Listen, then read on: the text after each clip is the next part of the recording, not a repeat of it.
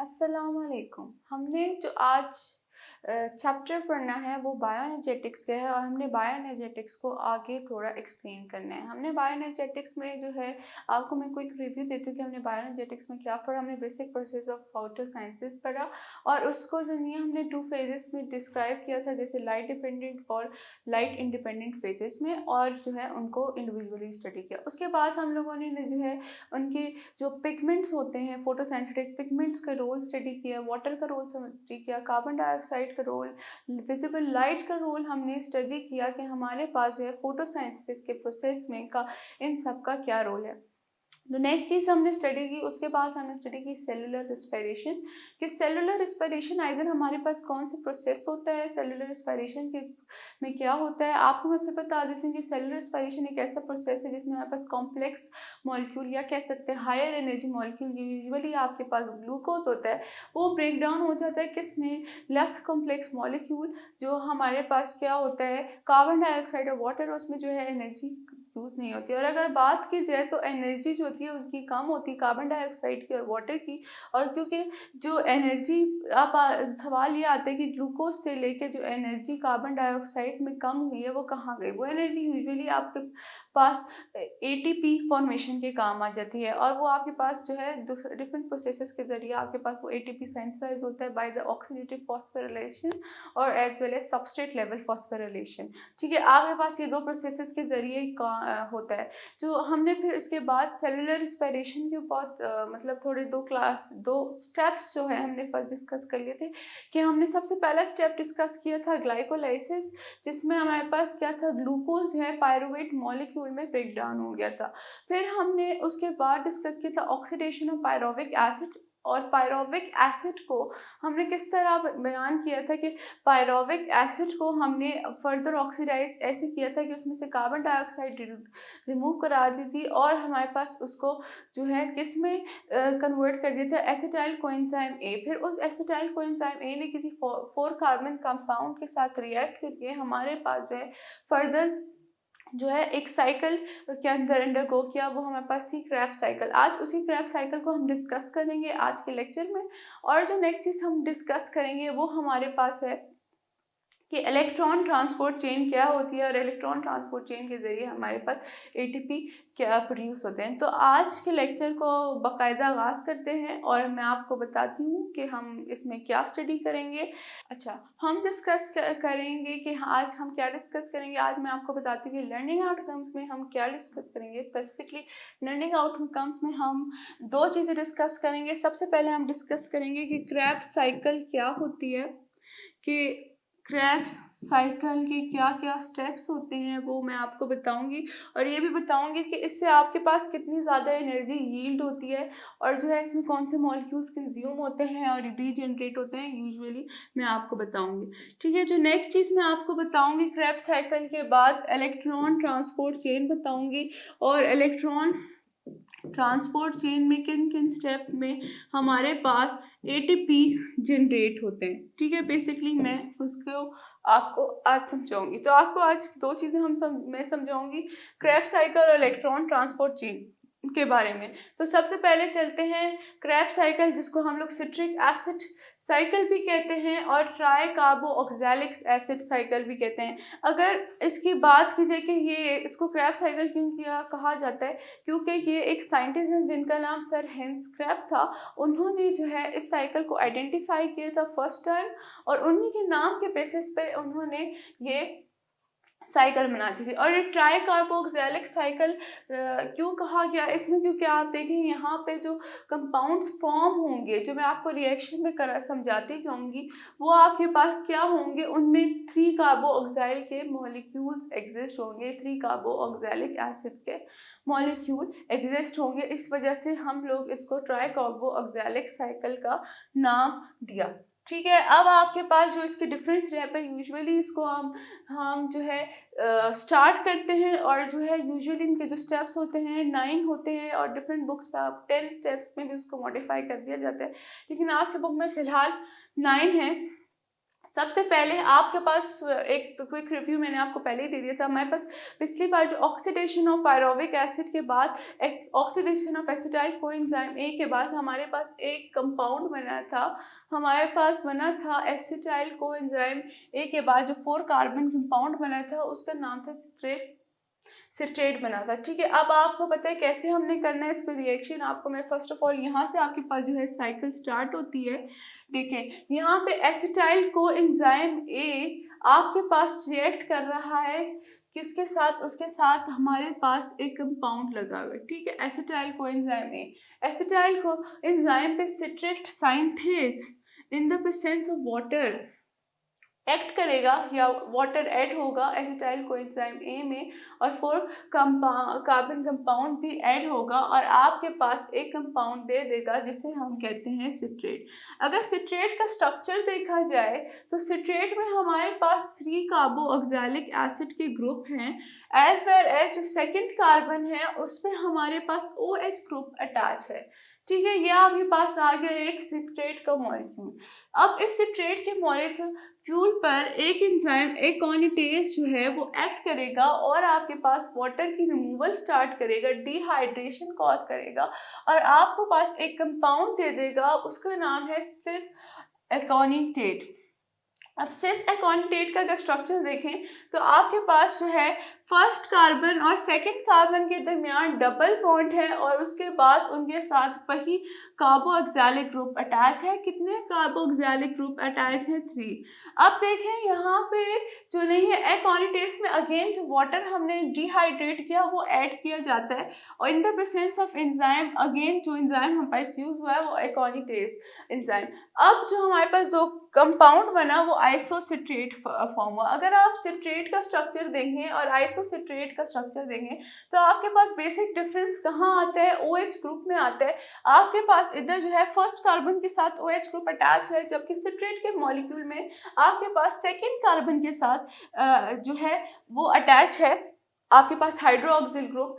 तो आपको पता चल गया कि ये जो है बेसिक जो वाटर की हाइड्रेशन और डिहाइड्रेशन की जो मैकेनिज्म से इन द प्रेजेंस ऑफ एकोनिटेज की वजह से हमें बस इसकी इंटरचेंज करनी थी। ठीक है, अब हमने जो है इसमें क्या हुआ कि इसको हमने ऑक्सीडाइज किया। आइसोसिट्रेट के मॉलिक्यूल को कैसे ऑक्सीडाइज किया कि आपके पास NAD का मॉलिक्यूल आता है और वो आपके पास क्या करता है NADH रिड्यूस हो जाता है खुद, और जो है इसके साथ साथ आपके पास कार्बन डाइऑक्साइड की भी रिमूवल होती है और जो है एंजाइम आपके पास जो यूज़ होता है वो आइसोसिट्रेट डिहाइड्रोजिनेज है। ठीक है, अब आपके पास जो मॉलिक्यूल है वो आपके पास 5 कार्बन मॉलिक्यूल है और उसमें आपके पास 2 कार्बोक्सिलिक एसिड के ग्रुप अटैच हैं, एज वेल एज आपके पास कार्बोनाइल का ग्रुप अटैच है। अब आपके पास जो इस कंपाउंड का नाम है वो है आपके पास अल्फा कीटोग्लूटेरेट। सही, आपके पास यहाँ तक मैं दोबारा समझाती हूँ। सबसे पहले आपके पास एसिटाइल कोएंजाइम ए जो कि हमने जो कब फॉर्म किया, ऑक्सीडेशन ऑफ पायरोविक एसिड के साथ फॉर्म किया था और उसको हमने क्या किया, सिट्रेट साइंथिस ने और वाटर ने रिएक्ट किया और आपको सिट्रेट का मॉलिक्यूल दिया।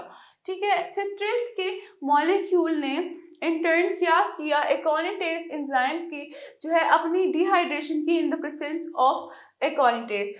एकोनिटेज ने फिर हमें क्या चीज़ दे दी, हमें दे दिया सिस एकोनिटेट। इसमें वापस वाटर ऐड हुआ और अकॉर्डिंग टू द नेम कि हमारे पास एंजाइम कौन सा आया, एंजाइम एकोनिटेज आया और हमारे पास जो सिस एकोनिटेट है वो आपके पास कंपाउंड आइसोसिट्रेट में कन्वर्ट हो गया। आइसोसिट्रेट की अब हमने फर्दर रिडक्शन की और एज वेल हमने पता है कार्बन डाइऑक्साइड भी इसमें से रिमूव करवाया। इन द प्रेजेंस ऑफ एंजाइम हमारे पास आइसोसिट्रेट डिहाइड्रोजिनेज एंजाइम के प्रोसेस में कराया है और हमारे पास जो कंपाउंड बना वो 5 कार्बन बना और हमारे पास उसका नाम क्या हुआ, अल्फा कीटोग्लूटेरेट। अब यहाँ तक आपको समझ आ गई। अब जो नेक्स्ट चीज़ हमने करनी है वो हमारे पास alpha ketoglutarate alpha ketoglutarate जो है आपके पास in the presence of enzyme alpha ketoglutarate dehydrogenase वापस जो है रिड्यूस क्या करता है, ऑक्सीडाइज करता है। किस तरह ऑक्सीडाइज करता है, अपना हाइड्रोजन रिमूव कराता है और आपके पास कौन सा सब्सटेंस बन जाता है, वो बन जाता है आपके पास succinyl coenzyme A, succinyl coenzyme A. और अगर इसकी स्ट्रक्चर की बात कीजिए सक्सिनाइल कोएंजाइम ए में, तो हमारे पास यहाँ पे 3 जो है 1 2 3 4 कार्बन कंपाउंड है, उसके साथ आपके पास जो है कोएंजाइम ए भी अटैच है। ठीक है, ये आपके पास आ गया। अब जो है सक्सिनाइल कोएंजाइम ए जो है आपके पास फॉर्म हो गया। सक्सिनाइल कोएंजाइम ए ने in the presence of succinyl coenzyme A synthetase की प्रेजेंस में हमारे पास रिएक्ट किया और हमारे पास जीडीपी को कन्वर्ट कर दिया जीटीपी में, और जीटीपी इन टर्न आपके पास किसकी फॉर्मेशन में काम आया, वो आपके पास एडीपी की फॉर्मेशन में काम आया। खैर, सक्सिनाइल कोएंजाइम ए साइंटिडेज ने जब हमारे पास सक्सिनाइल कोएंजाइम ए पे एक्ट किया, तब हमारे पास जो फर्दर चीज़ आई वो हमारे पास आई सक्सिनेट आया। अब सक्सिनेट का मॉलिक्यूल देखिए, आपके पास 2 कार्बन का मॉलिक्यूल है, उसके पास आपके पास कार्बोक्सिलिक ग्रुप अटैच है। ठीक है, कार्बोक्सिलिक ग्रुप अटैच है। फिर आपके पास वापस क्या हुआ, हमारे पास एक FAD का मॉलिक्यूल है, उसने फर्दर इसको ऑक्सीडाइज किया, फर्दर सक्सिनेट को ऑक्सीडाइज किया in the presence of enzyme succinate dehydrogenases, और हमारे पास FADH² बन गया। और हमारे पास जो एंजाइम जो सब्सटेंस अब हमारे पास बनी, वो हमारे पास उसका नाम क्या है, फ्यूमरेट। अगेन मैं आपको बताती हूँ कि फ्यूमरेट के ऊपर हमारे पास वाटर की एडिशन हुई और इन the presence of enzyme fumarase वो हमारे पास एल मेलेट में कन्वर्ट हो गया, जो कि हमारे पास अप्रॉक्सीमेटली 4 कार्बन कंपाउंड है, या फिर हम कह सकते हैं 2 कार्बन कंपाउंड है, उसके साथ हाइड्रोक्सिल ग्रुप अटैच है और 2 ने हमारे पास कार्बोक्सिलिक एसिड के यूनिट्स अटैच है। ठीक है, एल मेलेट ने मेलेट डिहाइड्रोजिनेज एंजाइम की प्रेजेंस में हमारे पास क्या की, हमारे पास वापस क्या की, ऑक्सीडेशन की, और NAD को हम उसने NADH में कन्वर्ट कर दिया, उसको रिड्यूस कर दिया, वापस ऑक्सैलो एसीटेट बन गया। ऑक्सैलो एसीटेट में वापस वाटर ऐड हुआ और हमारे पास जो है एसिटाइल कोएंजाइम ए भी है, उसमें से रिमूव हो गया और आपके पास वापस साइकिल शुरू हो गई। अगेन मैं आपको क्रेब्स साइकिल बताती हूँ कि क्रेब्स साइकिल हमारे पास क्या हुई। क्रेब्स साइकिल यूजुअली हमारे पास इस स्टेप से स्टार्ट हुई कि हमारे पास एसिटाइल कोएंजाइम ए आपके पास एक कंपाउंड के साथ अटैच हो गया और आपको क्या फॉर्म किया, सिट्रेट फॉर्म किया। सिट्रेट को है जो वो सिट्रेट है उसमें से आपने वाटर की रिमूवल की, डिहाइड्रेशन हुई और एक इन द प्रेजेंस किस एंजाइम की हुई, एकोनिटेज एंजाइम के प्रेजेंस में आपके पास हुई और आपके पास सिस एकोनिटेट बन गया। अब सिस एकोनिटेट है उसमें आपके पास वाटर की एडिशन हुई फर्दर और जो है वही रिहाइड्रेशन का प्रोसेस हुआ, एंजाइम जो हमारे पास यूज़ हुआ वही एंजाइम यूज़ हुआ एकोनिटेज और आपके पास आइसोसिट्रेट आ गया।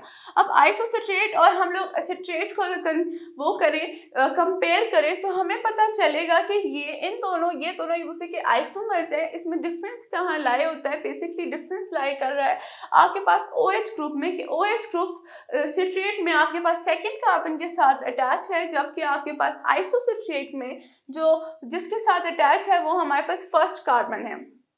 ठीक है, फर्स्ट कार्बन के साथ आपके पास आइसोसिट्रेट अटैच है। नेक्स्ट आपके पास इसकी रिडक्शन होती है। ठीक है, आपके पास आइसोसिट्रेट आ गया, इसके बाद आइसोसिट्रेट की आपके पास रिडक्शन होती है। रिडक्शन कैसे होती है कि आपके पास NAD आता है, वो खुद को रिड्यूस कर लेता है और इसको ऑक्सीडाइज कर लेता है आइसोसिट्रेट को इनटू अल्फा ग्लूटारेट, और अल्फा ग्लूटारेट हमारे पास कैसे फॉर्म होता है, इन द प्रेजेंस ऑफ एंजाइम जिसे हम कहते हैं आइसोसिट्रेट डिहाइड्रोजिनेसिस।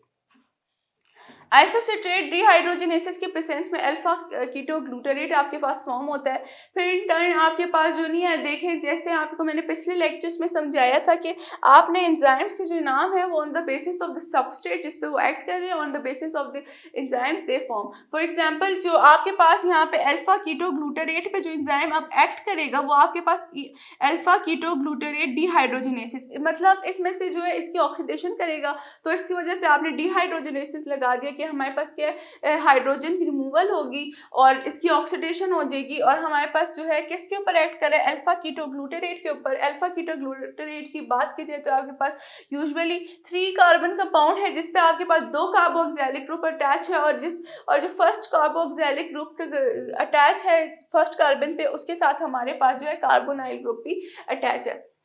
खैर, हमारे पास ये हुआ, हमारे पास NAD ने क्या किया, NAD ने इसको रिड्यूस किया और इसको ऑक्सीडाइज किया, खुद को रिड्यूस किया NADH में और हाइड्रोजन आयन में। इसके साथ साथ आपके पास कार्बन डाइऑक्साइड के मॉलिक्यूल भी निकल गया और आपके पास सक्सिनाइल कोएंजाइम ने अंदर आके इससे रिएक्ट किया और वापस हमारे पास सक्सिनाइल कोएंजाइम A का मॉलिक्यूल बन गया। अब सक्सिनाइल कोएंजाइम A के ऊपर जो है अगला जो मॉलिक्यूल आपके पास अटैच हो रहा है, ये आपके पास एंजाइम आपके पास है सक्सिनाइल कोएंजाइम A, ठीक है। इसके नाम के बेसिस पे आपने दे दिया और फिर साइंटिटेज मतलब GTP हमारे पास फॉर्म हो रहा है, इसलिए इसका नाम साइंटिटेज रख दिया, ठीक है।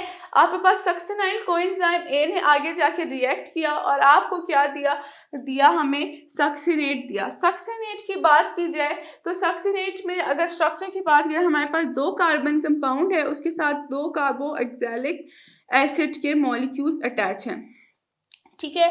जो सक्सिनेट है उसके साथ वापस FAD ने क्या किया, हमारे पास ऑक्सीडेशन की, उसकी FAD ने खुद रिड्यूस हो गया FADH² में और जो है ये एंजाइम जो हमारे पास इन्वॉल्व हुआ, सिंस आपके सेपरेट का नाम आपके पास जिसके ऊपर एंजाइम एक्ट कर रहा है उसका नाम सक्सिनेट है और क्या कर रहा है, इसकी ऑक्सीडेशन का कॉज कर रहा है या इसकी जो है डिहाइड्रोजनेशन का कॉज कर रहा है, इसलिए इसका नाम डिहाइड्रोजिनेज रख दिया। फिर अगर हम आगे चलते हैं, हमारे पास जो कंपाउंड इसकी रिडक्शन से सक्सिनेट की ऑक्सीडेशन से प्रोड्यूस हुआ वो हमारे पास क्या हुआ, फ्यूमरेट। अब देखें फ्यूमरेट पे जो नहीं है वाटर के मॉलिक्यूल की एडिशन हुई इन the presence of enzyme fumarase, वही आपके पास जो सबस्ट्रेट है जिस पे एक्ट कर रहा है उसके अकॉर्डिंग आपको एंजाइम का नाम दे दिया फ्यूमरेज। अब फ्यूमरेज के बाद हमारे पास जब इसमें वाटर की एडिशन हुई इन the presence of fumarase enzyme fumarate की, तो हमारे पास L-मेलेट दे दिया। L-मेलेट अगर कंपाउंड की बात की जाए तो हमारे पास इसमें 2 कार्बन है, एक के साथ हाइड्रोक्सिल ग्रुप अटैच है और बाकी दो कार्बन के साथ कार्बोक्सिलिक एसिड अटैच है। L-मेलेट ने फिर देखें आपने इसके ऊपर जो एंजाइम एक्ट किया मेलेट डिहाइड्रोजिनेज, वही अगेन आपके पास वही नाम आ गया कि जो नहीं है मेलेट डिहाइड्रोजिनेज ने क्या की, रिडक्शन कॉज की, ऑक्सीडेशन कॉज की L-मेलेट की और ख़ुद की जो NADH ने रिडक्शन की और अपने आप को NADH में कन्वर्ट कर लिया और सिंस ये मेलेट पे काम किया तो आपके पास देखें एंजाइम का नाम भी मेलेट डिहाइड्रोजिनेज आ गया। फिर हमारे पास ऑक्सैलो एसीटेट आ गया। ऑक्सैलो एसीटेट हमारे पास ये फाइनल प्रोडक्ट है, इसमें आगे जो है दूसरे कोएंजाइम्स एसिटाइल कोएंजाइम A के साथ रिएक्ट करना है और हमारे पास आगे रिएक्शन देना है। तो ये बेसिकली आपके पास आगे पूरी साइकिल ऑफ किसकी साइकिल आ गई, क्रेब्स साइकिल की। अगर इसकी बात की जाए कि हमारे पास इनमें इनपुट क्या है और हमारे पास आउटपुट क्या है, इनपुट की बात की जाए तो हमारे पास 2 एसिटाइल ग्रुप्स इसमें इनपुट है, फिर इसके पास 2 ADP + 1 फॉस्फेट का मॉलिक्यूल आपके पास इनपुट है। इसके अलावा आपके पास 6 NAD और 2 हमारे पास FAD मॉलिक्यूल्स आपके पास इनपुट है। अगर आउटपुट की बात की जाए कि हमारे पास इस प्रोसेस में आउटपुट क्या है, हमारे पास 4 कार्बन डाइऑक्साइड के मॉलिक्यूल इसमें आउटपुट है। इसके अलावा हमारे पास 2 ATP प्रोड्यूस होते हैं और 6 NADH प्रोड्यूस होते हैं और हमारे पास 2 FADH। ये जो है ये FADH और NADH ये आपके पास आगे जाके इलेक्ट्रॉन ट्रांसपोर्ट चेन में क्या काम करते हैं, आपके पास काम करते हैं प्रोडक्शन ऑफ ATP में बहुत काम करते हैं और उसको हम जो है क्या कहते हैं, हमारे पास ऑक्सीडेटिव फॉस्फोराइलेशन के ज़रिए ये हमारे पास काम करते हैं। ये आपके पास बेसिक स्टेप्स आगे अगेन मैं आपको बताती हूँ कि क्या होता है। हमारे पास जो एसिटाइल कोएंजाइम A जो है हमारे पास जो है रिएक्ट करता है हमारे पास ऑक्सैलोस एसीटेट के साथ और हमें सिट्रेट फॉर्म करता है, उसमें आइसोमेरिज्म होती है, हमारे पास आइसोसिट्रेट फॉर्म हो जाता है। आइसोसिट्रेट के बाद हमारे पास फर्दर इसकी क्या होता है ऑक्सीडेशन होती है और अल्फा कीटो ग्लूटारेट बन जाता है, और फिर अल्फा कीटो ग्लूटारेट की हमारे पास और ऑक्सीडेशन होती है और कार्बन डाइऑक्साइड का यहाँ पे आपको रिमूवल भी दिखाया हुआ है। तो आपके पास वो सक्सिनाइल कोएंजाइम ए में कन्वर्ट हो जाए। सक्सिनाइल कोएंजाइम ए जो है वो फर्दर जो है रिएक्ट करता है सक्सिनाइल कोएंजाइम ए साइंक्रेज की प्रेजेंस में, और जो है क्या हो जाता है जीडीपी को जीटीपी में कन्वर्ट करता है, और किस में कन्वर्ट हो है सक्सिनेट में। सक्सिनेट फिर आपके पास ऑक्सीडाइज होकर फ्यूमरेट में कन्वर्ट हो जाता है। फ्यूमरेट में वाटर के एडिशन के बाद एल मेलेट में वो कन्वर्ट हो जाता है, और एल मेलेट की फर्दर ऑक्सीडेशन से आपके पास वापस ऑक्सैलो एसीटेट बन जाता है। अगर हम इनके इनपुट की बताएं और आउटपुट की बात बताएं कि ये हमारे पास यूजुअली माइटोकॉन्ड्रिया के अंदर ही होती है, और अगर इनपुट की बात बताएं तो इसमें 2 एसिटाइल ग्रुप इन्वॉल्व है, और जो हम लोग इस साइकिल में देते हैं दो एडीपी और 2 ऑर्गेनिक फॉस्फेट के मॉलिक्यूल्स इन्वॉल्व है, 6 एनएडी और 2 एफएडी के मॉलिक्यूल अटैच हैं, और आउटपुट हमारे पास क्या है 4 कार्बन डाइऑक्साइड के मॉलिक्यूल 2 एटीपी और 6 NADP और 2 FADH। तो इस जो लेक्चर को है आप इसको रिवाइज करें, इस टॉपिक को बाकायदा रिवाइज करें, क्योंकि बहुत बार पेपर में आ जाता है, और स्पेसिफिकली जो है साइकिल को उसके वो करें, क्योंकि साइकिल ही आपके पास ज़्यादा इंपॉर्टेंट है, क्योंकि अगर आपको साइकिल आएगी तो जाहिर सी बात है इसके आपके सारे स्टेप्स आएंगे। ठीक है, ये आपके पास ट्राई कार्बोक्सिलिक साइकिल जिसको हम ट्रैप साइकिल का नाम भी दे रहे हैं, और हमारे पास जो है सिट्रिक एसिड साइकिल भी दे रहे हैं, क्योंकि इसमें जो पहला सब्सटेंस जो हमारे पास बनता है वो एक्चुअली सिट्रेट ही होता है, और सिट्रिक एसिड ही उसका नाम होता है। खैर ये आ गया। अब हम जो अगला टॉपिक जो आज हम डिस्कस करने लगे हैं वो हमारे पास है electron transport chain. Electron transport chain को हम डिस्कस करेंगे कि इलेक्ट्रॉन ट्रांसपोर्ट चेन हमारे पास क्या है। इलेक्ट्रॉन ट्रांसपोर्ट चेन की बात की जाए तो ये जो है हमारे पास कहाँ एग्जिस्ट करती है, ये हमारे पास इंटरमेम्ब्रेन में एग्जिस्ट करती है, यूजुअली माइटोकॉन्ड्रिया के इंटरमेम्ब्रेन में एग्जिस्ट करती है। और अगर बात की जाए इस ट्रांसपोर्ट चेन की, इलेक्ट्रॉन ट्रांसपोर्ट चेन की, तो ये हमारे पास इंतहा से ज़्यादा एसेंशियल है। एसेंशियल के सेंस में हमारे पास एसेंशियल है कि ये जो है हमारे पास ज़्यादा नंबर ऑफ एटीपी प्रोड्यूस करते हैं एज़ कम्पेयर टू अगर हम लोग दूसरों के साथ कंसिडर करें। फॉर एग्जांपल अगर मैं आपको एग्जांपल दूँ, हमारे पास जो है ग्लाइकोलिसिस में इतना ज़्यादा तो 2 to 4 हमारे पास एटीपी प्रोड्यूस होते हैं, और फिर जब हम बात करते हैं क्रैब साइकिल की, उसमें भी हमारे पास 6 एटीपी प्रोड्यूस होते हैं। बाकी जो लार्ज नंबर ऑफ एटीपी हैं वो आपके पास किसके ज़रिए प्रोड्यूस होते हैं, इलेक्ट्रॉन ट्रांसपोर्ट चेन के ज़रिए प्रोड्यूस होते हैं। इलेक्ट्रॉन ट्रांसपोर्ट चेन के अगर कंपोनेंट के बारे में स्टडी करें तो हमारे पास इसके बेसिकली 7 कंपोनेंट है। फ्लेवोप्रोटीन जो हमारे पास एक कॉम्प्लेक्स है, इसको क्या कहते हैं NADH रिडक्टेस कॉम्प्लेक्स, और इसके बाद हमारे पास यूबिक्विनोन, ये भी हमारे पास FADH रिडक्टेस कॉम्प्लेक्स भी इसका नाम है। इसके अलावा जो हमारे पास आगे जो चार कॉम्प्लेक्स होते हैं वो हमारे पास है साइटोक्रोम B, साइटोक्रोम C और साइटोक्रोम A और साइटोक्रोम A3। ये हमारे पास बेसिकली कॉम्प्लेक्स आ जाते हैं इलेक्ट्रॉन ट्रांसपोर्ट चेन के। ठीक है, इलेक्ट्रॉन ट्रांसपोर्ट चेन पे हमारे पास ये जो है कॉम्प्लेक्सेस अरेंज होते हैं, ये जो है इलेक्ट्रॉन एक्सेप्ट करते हैं, और इलेक्ट्रॉन की जब वो मूव करते हैं डाउन द हिल, उनकी जब मूवमेंट होती है, उनकी पोटेंशियल ड्रॉप होता है, तब आपके पास एटीपी की प्रोडक्शन होती है। जिस तरह हमने किस में डिस्कस किया था, हमने डिस्कस किया था फोटोसाइंथेसिस में, कि जैसे हमारे पास जो इलेक्ट्रॉन है वो इलेक्ट्रॉन ट्रांसपोर्ट चेन से नीचे मूव करता जाता है, हमारे पास जो है एटीपी की जनरेशन होती जाती है, क्योंकि जो loss of energy in process में होती है वो एनर्जी जो है हमारे पास यूटिलाइज हो जाती है एटीपी को और ऑर्गेनिक फॉस्फेट को ज्वाइन करने में in the form of ATP. खैर ये आपके पास इलेक्ट्रॉन ट्रांसपोर्ट चेन के बारे में आ गया।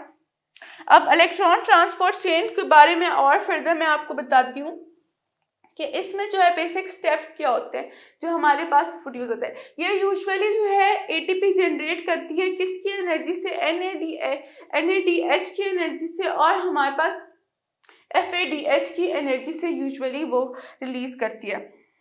अब इसके जो है हमारे पास बेसिक स्टेप्स हैं वो हमने डिस्कस करने के। सबसे पहले क्या होता है, यहाँ पे जैसे ही इलेक्ट्रॉन आता है, ठीक है, इलेक्ट्रॉन आता है या फिर मैं कहती हूँ NADH आता है, ठीक है, वो NAD आयंस में कन्वर्ट हो जाता है और अपने इलेक्ट्रॉन्स इस फ्लेवोप्रोटीन मॉलिक्यूल से को दे देते हैं।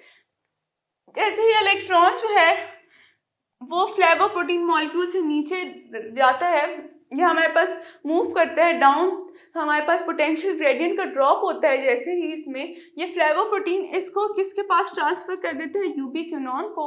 यूबिक्विनॉन के पास जब वो ट्रांसफर करता है तो यूबिक्विनॉन इसको फर्दर ट्रांसफर कर देती है साइटोक्रोम बी और साइटोक्रोम C1 और C कॉम्प्लेक्स, ये हमारे पास एक कॉम्प्लेक्स आ गया। और फिर वो इलेक्ट्रॉन फर्दर आपके पास कहाँ चले जाते हैं, साइटोक्रोम ऑक्सीडेज की तरफ या साइटोक्रोम A और A3। यहाँ पे ये इलेक्ट्रॉन जो है हाइड्रोजन आयंस के साथ अटैच होते हैं और मॉलिक्यूलर हाइड्रोजन बनाते हैं। ये मॉलिक्यूलर हाइड्रोजन इन टर्न्स आपके पास क्या करती हैं, आपके पास मॉलिक्यूलर ऑक्सीजन के साथ रिएक्ट करती हैं और आपको क्या फॉर्म करती है, वाटर के मॉलिक्यूल्स फॉर्म करती है। ठीक है, ये बेसिकली आपके पास प्रोसेस आ जाता है कि जिस तरह हमारे पास जो इलेक्ट्रॉन जो है इलेक्ट्रॉन ट्रांसपोर्ट चेन से मूव करता है और हमें एटीपी और ऑर्गेनिक फॉस्फेट को ज्वाइन करके ATP की फॉर्मेशन में काम आता है। ठीक है, अगेन मैं डिस्कस करती हूँ कि इलेक्ट्रॉन ट्रांसपोर्ट चेन क्या है। हमारे पास इलेक्ट्रॉन ट्रांसपोर्ट चेन हमारे पास मेम्ब्रेन में प्रेजेंट होती है और माइटोकॉन्ड्रियल मेम्ब्रेन में प्रेजेंट होती है, जो एक्सेप्ट करती है इलेक्ट्रॉन को फ्रॉम द NADH और FADH से, और FADH और NADH से एक्सेप्ट करती है। उसके साथ जैसे ही उसको इलेक्ट्रॉन को मूव करती जाती है, वो हमारे पास क्या रिजल्ट करती जाती है, इलेक्ट्रॉन को फॉर्मेशन को रिजल्ट करती जाती है। अब जैसे ही हमारे पास यहाँ पे NADH है, यहाँ पे जो है 2 इलेक्ट्रॉन आपके पास रिलीज हो गए। ठीक है, ये आपके पास 2 इलेक्ट्रॉन जैसे ही फ्लेवोप्रोटीन के पास जाते हैं, वो इसको ट्रांसफर कर देती है यूबिक्विनॉन। जब ये ट्रांसफर कर रही होती है, जब इसको दूसरा इलेक्ट्रॉन एक्सेप्टर इसको एक्सेप्ट करता है तो इसकी एनर्जी में डिक्रीज आता है। वो एनर्जी आपके पास क्या किस लिए यूज होती है, ATP और हमारे पास इनऑर्गेनिक फॉस्फेट को ज्वाइन करने के लिए, ATP फॉर्मेशन के लिए। फिर यूबिक्विनॉन से जब ये दूसरे साइटोक्रोम कॉम्प्लेक्स की तरफ जाते हैं, यानी हमारे पास साइटोक्रोम B, साइटोक्रोम C1 और C की तरफ जाता है, तो हमारे पास ये वापस क्या करता है, ये इसकी जो एनर्जी में ड्रॉप आता है, वो जो एनर्जी का ड्रॉप होता है वो यूटिलाइज होता है आपके पास ATP और ऑर्गेनिक फॉस्फेट को ज्वाइन करने में इनटू अगेन ATP।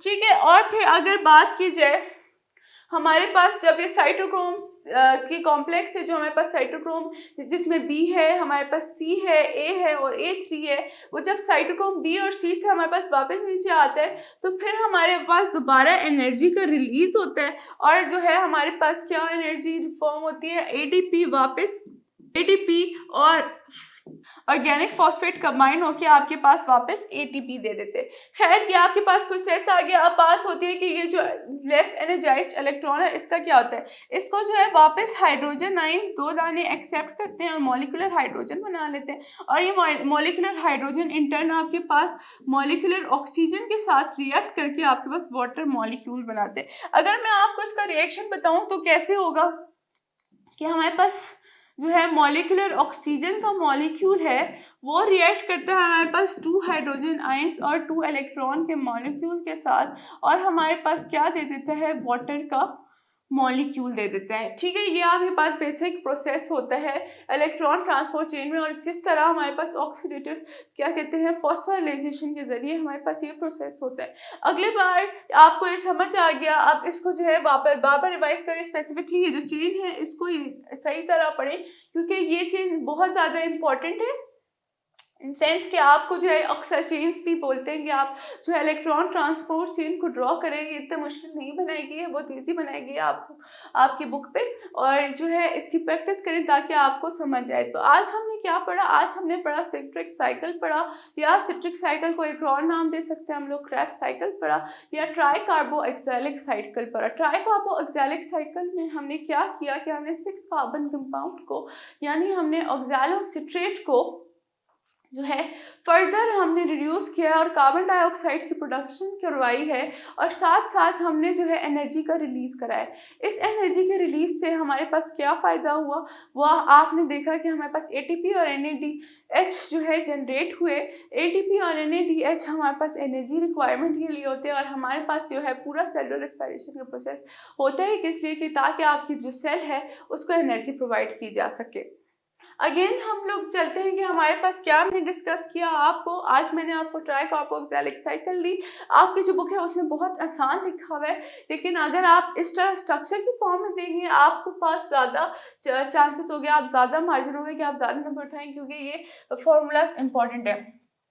खैर, हमारे पास जो है ये साइकिल होती है ट्राई कार्बोक्सिलिक साइकिल। अगर इसके इनपुट और आउटपुट की बात की जाए, इनपुट में हमने जो है इसमें 2 एसाइल ग्रुप्स ऐड किए, 2 एडीपी और 2 इनऑर्गेनिक फॉस्फेट ऐड किया, 6 एनएडी मॉलिक्यूल्स और 2 एफएडी मॉलिक्यूल्स ऐड किए, और जो हमारे पास आउटपुट आया वो हमारे पास आया 4 कार्बन डाइऑक्साइड के मॉलिक्यूल्स का, 2 एटीपी के मॉलिक्यूल का, 6 एनएडीपीएच के मॉलिक्यूल और 2 एफएडीएच के मॉलिक्यूल्स का हमारे पास क्या आया, आउटपुट आया। खैर, क्या आपके पास आ गया। इसके बाद हमने जो चीज़ डिस्कस की, हमने डिस्कस की इलेक्ट्रॉन ट्रांसपोर्ट चेन। हमने इसकी लोकेशन डिस्कस की। यह आपके पास माइटोकॉन्ड्रियल मेम्ब्रेन में प्रेजेंट होती है, और यूजुअली जो है आपके पास एनर्जी प्रोड्यूस करती है, ऐसे प्रोड्यूस करती है कि इलेक्ट्रॉन को एक्सेप्ट करती है, क्योंकि देखें ट्रांसपोर्ट की बात है, उसको ट्रांसपोर्ट करते करते आपके पास एटीपी की फॉर्मेशन में काम करती है। किस तरह करती है कि जैसे इलेक्ट्रॉन को नीचे लो पोटेंशियल ग्रेडियंट की तरफ लेके जाती है, तो इसमें एनर्जी का लॉस होता जाता है। जो एनर्जी का लॉस होता है वो आपके पास एटीपी को और इनऑर्गेनिक फॉस्फेट को कंबाइन करने में और एटीपी की फॉर्मेशन में काम आता है। ठीक है, उसके अगर हम कॉम्प्लेक्स की बात करें, इसके यूनिट्स की बात करें, हमारे पास इसमें फ्लेवोप्रोटीन होता है, जिसको हम क्या कहते हैं, NADH रिडक्टेस कॉम्प्लेक्स। इसके अलावा हमारे पास इसमें यूबिक्विनोन होता है, जिसको हम लोग भी क्या कहते हैं, FADH हमारे पास रिडक्टेस कॉम्प्लेक्स, क्योंकि अगर FADH को ब्रोक डाउन करना हो तो ये इस यूबिक्विनोन के पास यूजुअली आता है।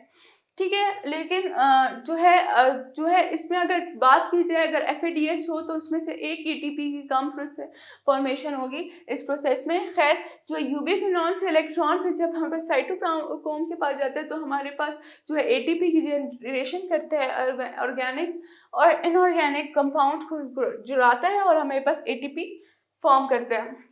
साइटोक्रोम बी और साइटोक्रोम C1 और C3 का जो कॉम्प्लेक्स है, वो जैसे ही इलेक्ट्रॉन को ट्रांसफ़र करते हैं साइटोक्रोम ऑक्सीडेज पर, तो हमारे पास एटीपी की जनरेशन होती है, और साइटोक्रोम ऑक्सीडेज कॉम्प्लेक्स इनको इस इंटर्न हमारे पास हाइड्रोजन आयन की तरफ ट्रांसफ़र कर देता है, जो कि hydrogen ion half of molecular oxygen, जो हमारे पास मॉलिकुलर ऑक्सीजन कहते हैं, हाफ ऑफ O2 के मॉलिक्यूल से रिएक्ट करके हमारे पास वाटर के मॉलिक्यूल देते हैं। यह आपके पास आ गया इलेक्ट्रॉन ट्रांसपोर्ट चेन। अगेन आपको मैं बताती हूँ कि आज के लेक्चर में हमने क्या पढ़ा, हमने ट्राई कार्बोक्सिलिक साइकिल पढ़ा, इसके जो बेसिक 9 स्टेप्स हैं उनको पढ़ा 1 बाय 1, और जो हमने तीसरी चीज़ पढ़ी वो हमने पढ़ी इलेक्ट्रॉन ट्रांसपोर्ट चेन। कि इलेक्ट्रॉन ट्रांसपोर्ट चेन हमारे पास क्या है, उसके कंपोनेंट्स क्या है, और किस तरह वो हमारे पास एनर्जी जनरेट करती है। ये जो है हमारे पास किस तरह अल्टरनेट ऑक्सीडेशन रिडक्शन के जरिए एनर्जी जनरेट करती है। अगर देखें यहाँ पे जो है आपके पास NADH वापस NAD में कन्वर्ट हो गया, यानी हाइड्रोजन का रिमूवल हो गया, तो यहाँ पे आपके पास कौन सा स्टेप हुआ, यहाँ पे आपके पास ऑक्सीडेशन का स्टेप हुआ।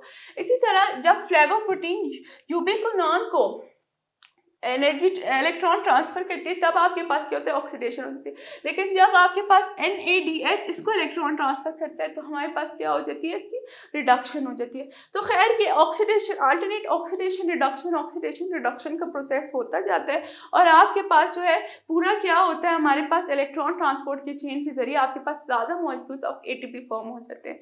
ये आपके पास बेसिक प्रोसेस आ गया। अगले लेक्चर में हम लोग जो है डिस्कस करेंगे और ब्रीफली कि केमियोस्मोसिस क्या होता है, सबस्ट्रेट लेवल फॉस्फोराइलेशन क्या होता है।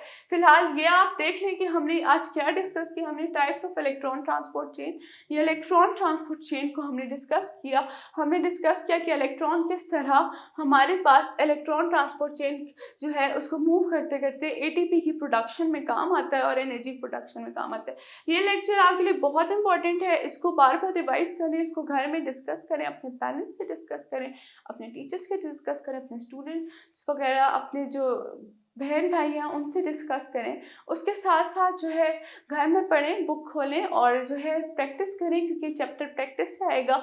और बायोकेमिस्ट्री का वही बात जो मैं कहती हूँ आपको कि जो आप जो है 9th या 10th की केमिस्ट्री की बुक खोल के पढ़ें तो आपके लिए ज़्यादा आसान होगा, क्योंकि जो ज़्यादातर कॉन्सेप्ट्स हैं वो आपके पास जो है बायोकेमिस्ट्री के ही हैं। आपके पास जो है रिएक्शन बेस्ड चैप्टर है, और अगर आपको रिएक्शंस नहीं आते हैं तो फिर आपके लिए चैप्टर खासा मुश्किल हो जाएगा। तो वही जो बात मैं कहती हूँ कि शॉर्ट क्वेश्चन अटैम्प्ट करें, कॉन्सेप्चुअल स्किल्स को इन्हेंस करें by solving the quick quizzes, MCQs को सॉल्व करें, शॉर्ट क्वेश्चन को सॉल्व करें, डिटेल क्वेश्चन को सॉल्व करें, क्योंकि ये चैप्टर आपके लिए बहुत इंपॉर्टेंट है। और इसको घर डिफरेंट लोगों से डिस्कस करें, अपनी डेली लाइफ में देखें कि आपके पास सेलुलर रेस्पिरेशन के ज़रिए एटीपी वाकई प्रोड्यूस होती है, और आपको फील होगी कि आपके पास एटीपी प्रोड्यूस होती है कि नहीं, कि आपको पता चलेगा कि इतना कॉम्प्लेक्स सिस्टम आपकी बॉडी के अंदर होता है कि आप जो एक निवाला खाते हैं उसको जो है एनर्जी जनरेट करने के लिए कितने ज़्यादा स्टेप से होके गुजरना पड़ता है। मतलब जो एक ग्लूकोज का मॉलिक्यूल है वो हमारे पास क्या करता है, हमारे पास जो है डिफरेंट प्रोसेसेस को करता है, डिफरेंट साइकिल से अंडरगो होता है, और फाइनली आपको एनर्जी देता है सेलुलर करेंसी की फॉर्म में, जो कि हमारे पास एटीपी है। सबसे पहले हमारे पास क्या होता है, हमारे पास होता है सबसे पहले अगर बात की जाए, सबसे पहले हमारे पास फॉर एग्जांपल क्या हुआ, सबसे पहले हमारे पास कौन सी साइकिल है, ग्लाइकोलिसिस है। ग्लाइकोलाइसिस के बाद, ग्लाइकोलिसिस के बाद हमारे पास जो है ऑक्सीडेशन ऑफ पायरुविक एसिटाइल, फिर ऑक्सीडेशन ऑफ एसिटाइल कोएंजाइम ए आया, फिर आप जो है उसके बाद क्रेब्स साइकिल होती है,